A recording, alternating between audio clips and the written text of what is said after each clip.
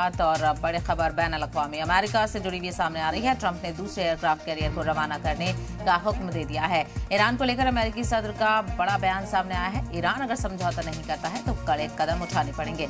बातचीत नाकाम रही तो ये ईरान के लिए अच्छा नहीं होगा। तो आपको बता चले अमेरिका और ईरान के बीच टेंशन कोई नई बात नहीं है और ट्रंप ने इसी हवाले से दूसरे एयरक्राफ्ट कैरियर को रवाना करने का हुक्म दे दिया है। ईरान को लेकर अमेरिकी सदर ट्रंप का बयान भी सामने आया कि ईरान अगर समझौता नहीं करता है तो कड़े कदम उठाने पड़ेंगे।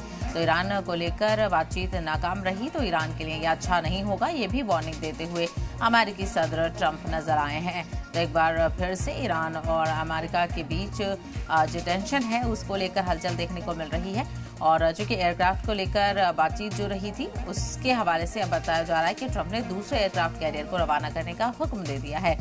ईरान को लेकर उन्होंने कहा कि ईरान अगर समझौता नहीं करता तो कड़े कदम उठाने पड़ेंगे और बातचीत नाकाम रही तो ईरान के लिए यह अच्छा नहीं है।